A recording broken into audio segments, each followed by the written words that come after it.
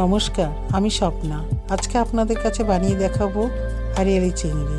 প্রথমে গ্যাসে একটা পাত্র বসিয়ে তাতে পালং শাকগুলো ভালো করে ধুয়ে নিয়ে সেদ্ধ করে নেব। সেদ্ধ হয়ে গেলে একটা ঠান্ডা জলের পাত্রের মধ্যে গরম পালং শাকগুলো ঠান্ডা করে নেব।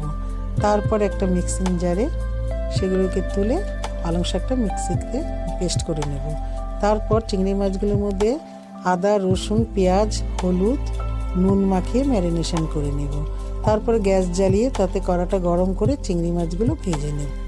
ওই কড়াইতে আরেকটু তেল দিয়ে তাতে গোটা জিরে, তেজপাতা, গোটা গরম মশলা ফোড়ন দিয়ে তাতে পেঁয়াজ বাটা, রসুন বাটা, আদা বাটা, হলুদ গুঁড়ো, লঙ্কার গুঁড়ো, তারপর ধনে বাটা দিয়ে মশলাটাকে ভালোভাবে কষিয়ে নেব।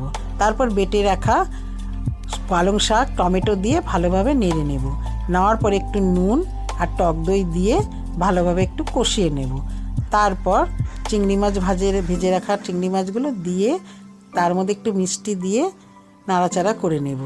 তারপর কষানো হয়ে গেলে একটু জল দিয়ে দেব। তারপরে একটু ঘি, লঙ্কা, গরম মশলা দিয়ে নাড়াচাড়া করে নামিয়ে নেব। আমার রান্নাটা যদি ভালো লেগে থাকে তবে লাইক, শেয়ার, কমেন্ট করতে ভুলবেন না। আমার চ্যানেলটিকে সাবস্ক্রাইব করবেন।